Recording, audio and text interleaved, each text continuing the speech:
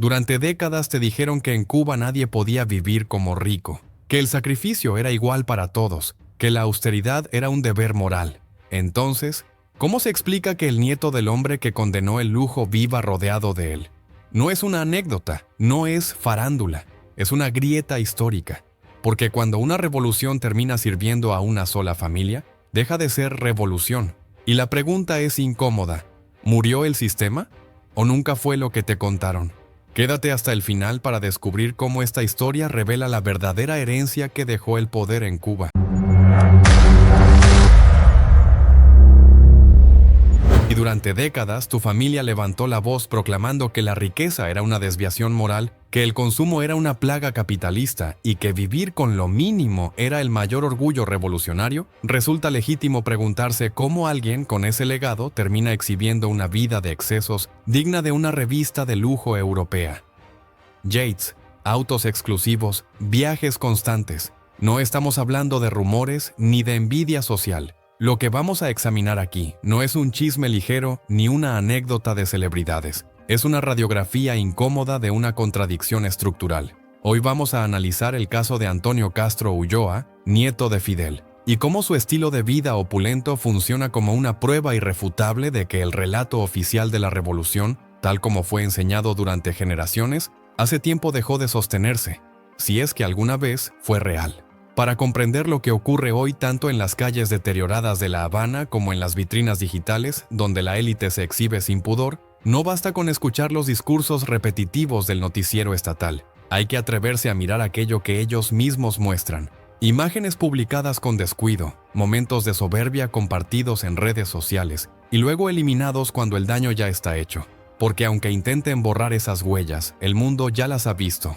En este punto ponemos el foco sobre Tony Castro, un joven que no eligió nacer con ese apellido, pero sí decidió qué hacer con los privilegios que ese apellido garantiza. Su historia deja al descubierto una verdad que muchos intuyen, pero pocos se atreven a decir en voz alta. En Cuba conviven dos realidades completamente separadas. Una mayoría que sobrevive resolviendo cada comida como un acto de creatividad desesperada, y una minoría que habita una burbuja de abundancia permanente. La distancia entre su vida y la tuya no tiene que ver con talento, esfuerzo ni casualidad.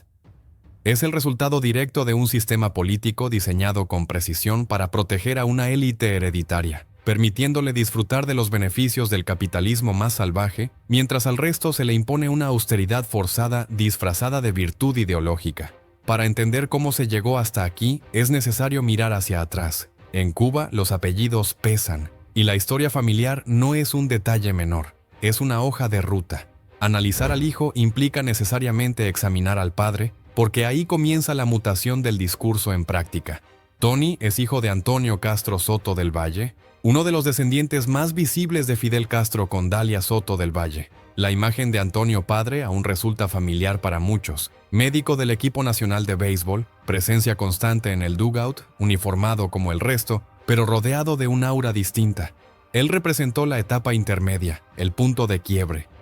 Mientras Fidel sostenía la imagen del guerrillero eterno, aferrado al uniforme verde oliva y a la mística del sacrificio permanente, su hijo ya dejaba entrever fisuras en esa narrativa.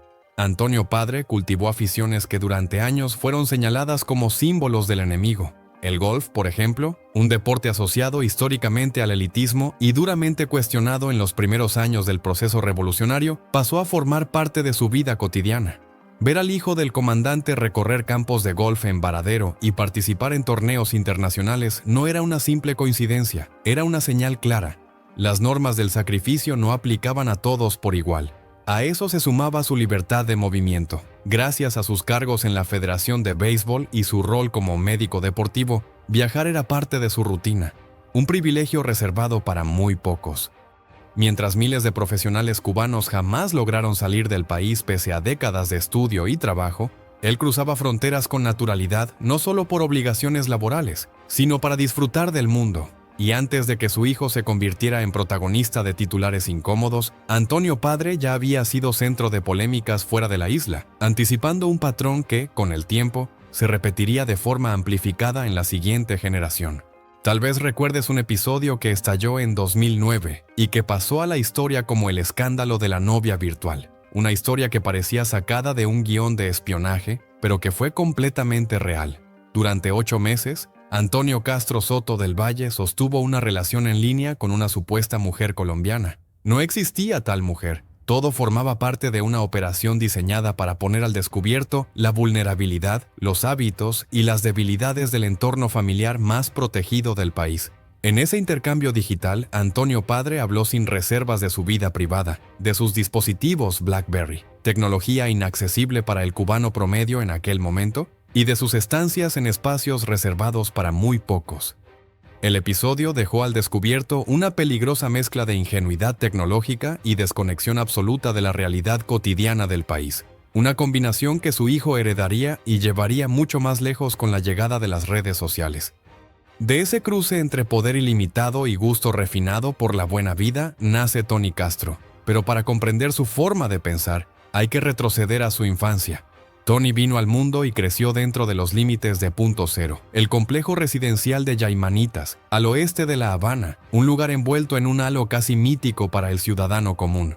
Punto Cero no es simplemente una residencia, es un sistema cerrado, una fortaleza autosuficiente. Mientras millones de cubanos atravesaban el periodo especial en los años 90, apagones interminables, enfermedades por carencias nutricionales, cocinas improvisadas con carbón y recetas de supervivencia, mientras el país se desmoronaba y muchos se lanzaban al mar en balsas improvisadas, dentro de ese enclave la vida seguía otro ritmo. Allí nunca faltó la electricidad. Los generadores garantizaban que el aire acondicionado no se apagara. No existía la libreta de racionamiento, los alimentos llegaban directamente desde el extranjero o desde producciones exclusivas. Tony creció rodeado de juguetes inexistentes en las tiendas cubanas, alimentándose con productos que la mayoría de los niños solo conocían por el cine extranjero, y recibiendo una educación cuidadosamente blindada del resto del país. Esa desconexión temprana y total es la clave para entender su comportamiento actual. Tony no interpreta un papel ni simula un estatus. Para él, vivir con abundancia es lo normal, su punto de partida. Nunca hizo la cola del pan, nunca esperó horas por una guagua abarrotada. Creció convencido de que ese nivel de privilegio era un derecho natural, heredado por su vínculo directo con el poder. Esa burbuja, protegida y hermética, forjó una mentalidad de derecho adquirido que ningún discurso ideológico puede desmontar.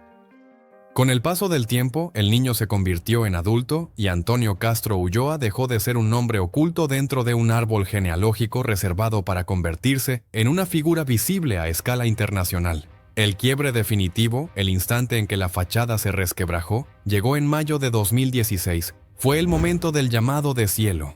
Esa etapa breve y confusa marcada por la visita de Barack Obama y la ilusión de cambios inminentes. En ese contexto de apertura cuidadosamente controlada, la casa de moda francesa Chanel, símbolo máximo del lujo capitalista, decidió realizar su desfile crucero en pleno Paseo del Prado habanero.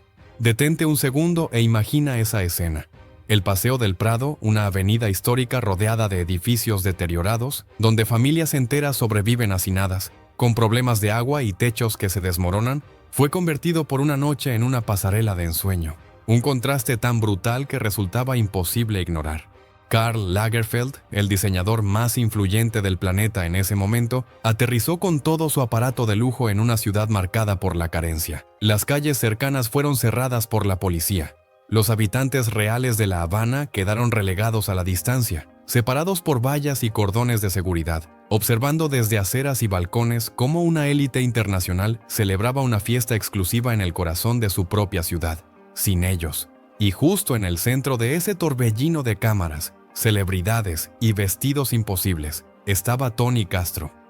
Aquel episodio generó una confusión mediática que dio la vuelta al mundo y que conviene aclarar con precisión, porque la verdad resulta incluso más reveladora que el rumor. En esos días se difundió masivamente la idea de que el nieto de Fidel había desfilado como modelo en la pasarela. Circularon imágenes de un joven de cabello largo y rasgos finos, afirmando que se trataba de Tony. En realidad, ese modelo era un argentino llamado Julián de Gainza, cuyo parecido físico con el joven Castro alimentó el error. Tony no caminó la pasarela como modelo contratado, pero aquí está el punto clave. Su papel fue mucho más relevante. Tony no estaba allí como un invitado cualquiera. Asistió como VIP y múltiples testigos coinciden en que actuó como una suerte de anfitrión no oficial del evento. Se movía con soltura entre figuras de Hollywood, supermodelos como Gisele Bündchen y miembros de la alta sociedad europea. Lo verdaderamente impactante no fue si desfiló o no, sino la naturalidad con la que habitaba ese entorno. No había rastro de incomodidad ideológica frente al lujo. Al contrario, parecía pertenecer a ese mundo desde siempre. Elegante, relajado, sonriente, aquel evento selló públicamente su pertenencia a la élite global, mientras su tío abuelo Raúl Castro dirigía un país bajo un sistema que condena oficialmente la riqueza y la ostentación. Tony se comportaba como un socialité internacional. Fue, en la práctica, la presentación en sociedad del heredero de la revolución ante la corte del lujo mundial. Ese desfile marcó un antes y un después en su manera de verse a sí mismo. Tony comprendió que su apellido no era una carga ideológica, sino un activo, una marca personal con un valor inmenso. A partir de ese momento, su comportamiento en el mundo digital dio un giro evidente. Su cuenta de Instagram se transformó en una especie de diario visual que, sin proponérselo, terminó funcionando como una confesión abierta de los privilegios de la élite gobernante. Entre 2017 y 2019 fue dejando un rastro de imágenes que no solo resultaban provocadoras, sino ofensivas para la mayoría de los cubanos. Cada fotografía contaba una historia de desigualdad. Una de las más recordadas es la del BMW. Analicémosla. En Cuba, el parque automotor es un museo rodante de la precariedad. La gente se mueve en almendrones estadounidenses de los años 50, remendados con piezas improvisadas, o en viejos vehículos soviéticos que llevan décadas resistiendo. Acceder a un auto moderno es una fantasía inalcanzable para casi toda la población. El propio Estado los vende a precios desorbitados en divisas, multiplicando varias veces su valor real. Y de pronto aparece Tony, con poco más de 20 años, conduciendo un BMW moderno, techo corredizo abierto, paseando por el malecón habanero como si fuera la cosa más natural del mundo. Esa imagen es un acto de violencia simbólica. ¿De dónde salió ese vehículo? ¿Cómo ingresó al país? ¿Quién paga el combustible premium que consume en una nación donde las colas para echar gasolina pueden durar días?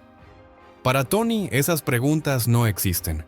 El bloqueo estadounidense, señalado oficialmente como la causa de la escasez de ambulancias y patrullas, parece tener grietas selectivas por donde entran sin problema los autos de lujo destinados a la familia en el poder. Verlo al volante de ese BMW no fue una casualidad. Fue una demostración abierta de impunidad absoluta. El mensaje era claro, aunque nunca se dijera en voz alta. Hay cosas a las que tú jamás tendrás acceso. Y no se trataba solo de vehículos de lujo. El verdadero privilegio estaba en los viajes. Si dibujáramos el recorrido de Tony por el mundo, obtendríamos un mapa exacto de los sueños rotos del cubano común. Mientras miles pasan noches enteras en colas interminables para legalizar un documento o venden lo poco que tienen para pagar un pasaje hacia Centroamérica y lanzarse a rutas migratorias peligrosas, Tony compartía imágenes despreocupadas desde la Riviera Maya. Para muchos cubanos, Madrid simboliza una última esperanza legal, un punto de escape. Para él, es apenas un destino cómodo para un fin de semana de compras. Barcelona aparece en su galería como un fondo turístico más, posando frente a la Sagrada Familia como cualquier viajero europeo con recursos. Para Tony, viajar es ocio. Para la mayoría, es huida. La libertad de movimiento es, quizá, el privilegio más cruel de todos. Ellos poseen la llave de la jaula. Pueden salir cuando quieran, disfrutar del consumo, de la moda, de la gastronomía de alto nivel. Sentarse en restaurantes con estrellas Michelin y regresar luego a La Habana sin miedo a decomisos aduanales ni a la angustia de llegar a fin de mes. Viven con un pie dentro del sistema que critican en público y otro en el capitalismo que saborean en privado. Se quedan con lo mejor de ambos mundos, mientras al resto solo le queda lo peor. Existe además un tema recurrente en Internet que suele generar confusión y que merece una aclaración rigurosa: el asunto de los yates. Una búsqueda rápida arroja referencias a Tony Castro Yacht Design, un reconocido estudio británico de diseño naval sin ningún vínculo familiar con los Castro. Los defensores del régimen utilizan esta coincidencia para desacreditar las denuncias. Pero ahí está la trampa. Que Tony no diseñe yates no significa que no los disfrute. Las imágenes de él relajándose a bordo de embarcaciones privadas en aguas cubanas son auténticas, no son montajes. Hay fotografías suyas tomando el sol, torso descubierto, contemplando el horizonte desde cubiertas que representan un lujo inalcanzable para casi todos. Y esa escena resulta especialmente hiriente. El mar que rodea Cuba es el mismo para todos, pero no significa lo mismo para todos. Para Tony es un espacio de recreo, un escenario para cócteles y bronceado. Para miles de cubanos, ese mar es una tumba. Es el trayecto desesperado de balsas improvisadas, el lugar donde se arriesga la vida entre tiburones y corrientes, impulsados por la necesidad de escapar del sistema que su abuelo ayudó a construir. Las mismas aguas, dos destinos opuestos. Para uno, lujo. Para otros, la última oportunidad. Esa es la ironía más brutal de la Cuba actual, condensada en una sola imagen de Instagram. Pero para entender la sociología de esta tercera generación, es necesario observar su reflejo más extremo. Ahí aparece su primo, Sandro Castro. Tony y Sandro representan dos caras de una misma herencia corroída, aunque con estilos muy distintos. Sandro, hijo de Alexis Castro, es probablemente el rostro más conocido. Se hizo viral por el famoso video al volante de un Mercedes-Benz. Él encarna al nuevo rico sin filtros. Es propietario de locales nocturnos en La Habana, como F o Fantaxi. Espacios donde se cobra en divisas y donde se cruzan la farándula, el poder y el exceso. Es el que se graba conduciendo a alta velocidad mientras proclama: "Nosotros somos sencillos, pero de vez en cuando hay que sacar los jugueticos". Esa frase, "somos sencillos", terminó convertida en un meme nacional, una burla amarga que expuso el abismo entre el discurso oficial y la realidad. Sandro representa la caricatura ruidosa del privilegio. Es el que exhibe sin pudor, el que provoca, el que se burla abiertamente. Tony, en cambio, adopta otro papel. Prefiere la figura del heredero elegante, del príncipe moderno. Construye una imagen cuidada, discreta, aspiracional. Quiere ser modelo, influencer, encajar en los códigos estéticos de la élite europea. Su lenguaje es el del lujo silencioso, el de las marcas caras y las poses calculadas. Pero llegados a este punto, la pregunta es inevitable. ¿Existe realmente alguna diferencia entre ellos? La respuesta es incómoda. No la hay. Ambos disfrutan de riquezas que no produjeron. Ambos viven de privilegios heredados. Ambos sostienen su estilo de vida sobre una nación empobrecida. Sandro lo hace con estridencia y música alta. Tony lo hace con sofisticación y filtros elegantes. Pero el costo lo paga el mismo pueblo. De hecho, la postura de Tony puede resultar incluso más peligrosa para el propio régimen. Al buscar validación dentro del imaginario del capitalismo global, está enviando un mensaje claro. Los valores revolucionarios no son aspiracionales. El éxito ya no se parece al sacrificio del guerrillero, sino al estilo de vida de un influencer occidental. Esa contradicción, silenciosa pero visible, erosiona mucho más que cualquier discurso opositor. Y así llegamos a la pregunta que flota en cada conversación privada, en cada cocina cubana donde se habla de este tema en voz baja. ¿Quién financia todo esto? ¿De dónde sale el dinero? Porque seamos precisos, Tony Castro Ulloa no tiene un empleo conocido, no es un profesional de prestigio internacional, no creó ninguna empresa innovadora ni desarrolló un proyecto que explique ese nivel de gasto. No existe una fuente de ingresos transparente que justifique su vida de lujo. Es aquí donde aparecen las estructuras opacas del poder. El primer punto a observar es el entorno materno. Investigaciones realizadas por periodistas independientes y análisis de inteligencia financiera han vinculado a personas cercanas a su madre con redes de negocios que operan en zonas grises de la economía cubana. En particular, el lucrativo mercado de las recargas telefónicas y los envíos de dinero hacia la isla. Detente a pensarlo. Cada vez que un familiar en el exterior envía una recarga o remesa para que alguien en Cuba pueda comunicarse o sobrevivir, ese dinero atraviesa un entramado empresarial que no funciona al margen del Estado. ETEXA es un monopolio absoluto. Nada se mueve en ese sector sin la aprobación y el beneficio directo de la cúpula gobernante. Si estas investigaciones son correctas, parte del financiamiento de los viajes, la ropa y el estilo de vida de Tony podría provenir de manera indirecta del esfuerzo del exilio cubano. Un círculo perverso. Quienes escaparon del sistema sostienen, sin quererlo, a quienes se beneficiaron de él. Pero esa no es la única fuente posible. Está también la herencia invisible. Durante años, Fidel Castro sostuvo que no poseía riqueza personal, que vivía como un líder austero. Sin embargo, publicaciones financieras internacionales llegaron a estimar su fortuna en cifras astronómicas. No porque tuviera cuentas bancarias a su nombre, sino porque ejercía control absoluto sobre los recursos del Estado, sobre empresas estratégicas y sobre la explotación de bienes nacionales. Esa concentración de poder económico no desapareció con su muerte. Se transformó, se redistribuyó y quedó integrada en estructuras opacas como Gaesa, el conglomerado militar que controla sectores clave de la economía, el turismo, las tiendas en divisas, los ingresos reales del país. La tercera generación, los nietos como Tony, son beneficiarios pasivos de esa acumulación masiva de capital. No necesitan cometer delitos visibles ni asaltar instituciones financieras. El sistema completo funciona a su favor. Es como tener acceso ilimitado a una cuenta respaldada por el trabajo y la precariedad de millones de personas. Una tarjeta sin límite, pagada por todo un país. En los años más recientes, especialmente entre 2024 y lo que va de 2025, se percibe un cambio claro en la estrategia. Tony ha optado por reducir su exposición pública. El escándalo protagonizado por su primo Sandro y la presión constante en redes sociales, donde cada imagen suya era recibida con una avalancha de críticas y denuncias, parecen haber dejado una lección aprendida. La discreción se convirtió en una forma más refinada de impunidad.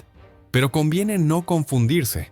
Bajar el perfil no implica renunciar al privilegio. Solo significa dejar de exhibirlo con tanta frecuencia. Los informes más recientes y la información que circula en círculos bien conectados siguen ubicándolo en un triángulo recurrente entre La Habana, México y España. Madrid se ha consolidado como un refugio cómodo, casi una segunda residencia para muchos descendientes de la cúpula gobernante. En la capital española pueden pasear por el barrio de Salamanca, comprar en las boutiques de la calle Serrano y llevar una vida de burgueses europeos, muy lejos del deterioro, los derrumbes y la angustia cotidiana de La Habana que sus propias familias moldearon durante décadas. Es la hipocresía llevada a su máxima expresión. Defender el socialismo desde la seguridad y el confort del capitalismo europeo. Entran y salen de Cuba a voluntad, usando la isla como un espacio de recreo y Europa como su verdadero hogar. Hay, además, una dimensión psicológica y cultural que merece atención, algo que podríamos llamar la traición estética. La revolución cubana se edificó sobre una imagen de sacrificio permanente y austeridad casi monástica. Barbas descuidadas, uniformes verde oliva gastados, botas embarradas, trabajo voluntario en el campo. Fidel Castro construyó su narrativa combatiendo el consumismo superficial de Occidente, y sin embargo basta observar a su nieto. Tony no aspira a parecerse a Fidel, aspira a convertirse en un icono de ese mismo consumo que su abuelo despreciaba. Cuando posa en sesiones fotográficas artísticas como la serie Art is Easy, o cuando viste marcas internacionales de lujo, está enviando un mensaje demoledor a las nuevas generaciones. Sin pronunciar una sola palabra, les está diciendo que el ideal del hombre nuevo fracasó, que lo atractivo, lo deseable, aquello que simboliza el éxito, no es el sacrificio, ni el médico internacionalista, ni el miliciano disciplinado, sino la estética del joven rico occidental. Ese mensaje erosiona la base ideológica del sistema con mucha más eficacia que cualquier discurso crítico. Si ni siquiera los herederos del poder creen en la austeridad, ¿por qué debería hacerlo el resto? Y ahora piensa en tu propia rutina. Tal vez estás escuchando esto desde tu casa en Cuba, con datos móviles lentos o desde el exilio, cargando recuerdos de lo que dejaste atrás. Recuerda la última vez que intentaste comprarte un par de zapatos decentes. ¿Cuánto te costaron? ¿Cuántos meses completos de salario representaron?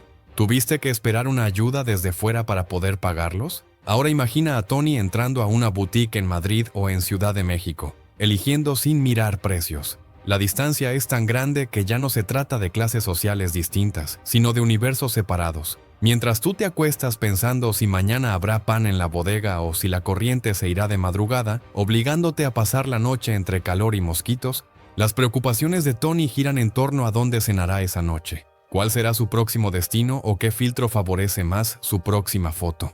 Lo más amargo de esta historia no es que Tony viva rodeado de comodidades. Ojalá esa posibilidad estuviera al alcance de todos los cubanos, de ti también. Ojalá viajar, comer bien o tener un auto digno no fueran lujos excepcionales.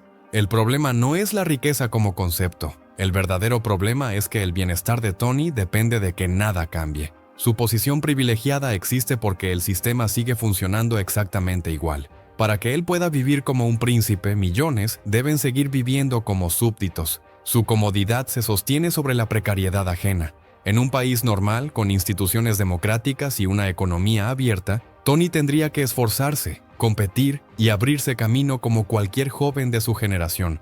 Pero en la Cuba actual, su apellido actúa como salvoconducto y como cuenta ilimitada. No necesita demostrar méritos ni rendir cuentas. Su estabilidad depende de que el país permanezca congelado en el tiempo. Cualquier transformación real pondría en riesgo ese lugar privilegiado que ocupa sin haberlo ganado. A esto se suma un elemento clave: la impunidad legal. Hemos visto cómo jóvenes cubanos han sido condenados a largas penas de prisión en procesos sumarios por protestar pacíficamente, por sostener un cartel o por transmitir en vivo una queja cotidiana. El aparato represivo actúa con dureza implacable contra el ciudadano común.